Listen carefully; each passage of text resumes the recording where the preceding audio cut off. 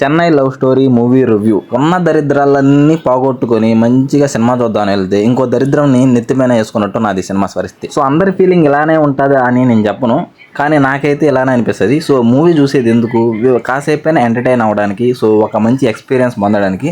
But ఈ మూవీలో మొత్తం దరిద్రాలే ఉన్నాయి. సో మూవీలో కామెడీ ఉన్నది, అది కాదనడం లేదు.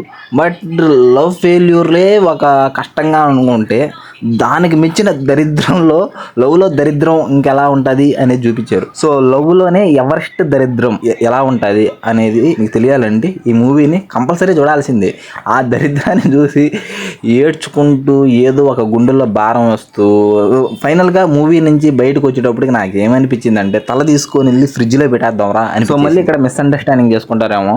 దరిద్రం అంటే సినిమా గురించి చెప్పడం లేదు, సినిమాలో హీరో భరిస్తున్న లైఫ్ అంటారు కదా, సో ఆ లైఫ్లో అతని దరిద్రం ఎలా ఉన్నది. సో మన లైఫ్లో కూడా అలాంటి దరిద్రాలు ఉంటాయి. సో ఆ దరిద్రాల్లో పీకెస్ట్ దరిద్రం అనమాట. సో ఇంకా లైఫ్లో ప్రాబ్లమ్స్ని పక్కన పెట్టేసి సో మూవీ ఎలా ఉంది అని చెప్పాలంటే ఇట్స్ యావరేజ్ ఫిలిం అనిపించింది నాకు. ఎందుకురా యావరేజ్ ఎందుకురా అంటే ఫస్ట్ హాఫ్ చాలా బాగుంది. సో ఒక కామెడీ బాగా అనిపించింది, కొన్ని సీన్లు బాగుంటాయి.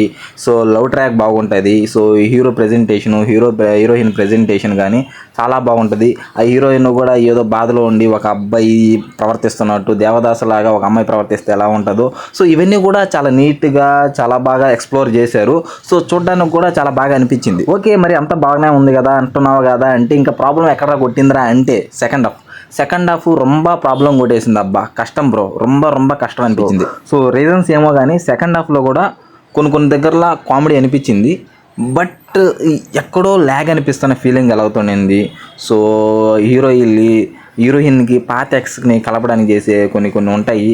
అమ్మాయి క్యారెక్టర్ కూడా ఎలా ఉంటుంది అంటే దీంట్లో సో ఈజీగా చెప్పాలంటే హీరోయిన్ క్యారెక్టర్ని క్యారెక్టర్లెస్గా చేసేసారు. సో ఎలా అంటే ఫస్ట్ ఒక ఎక్స్ ఉంటాడు, సో వాడితో బ్రేకప్ అయిపోద్ది, వెంటనే హీరోయిన్ లవ్ చేస్తుంది.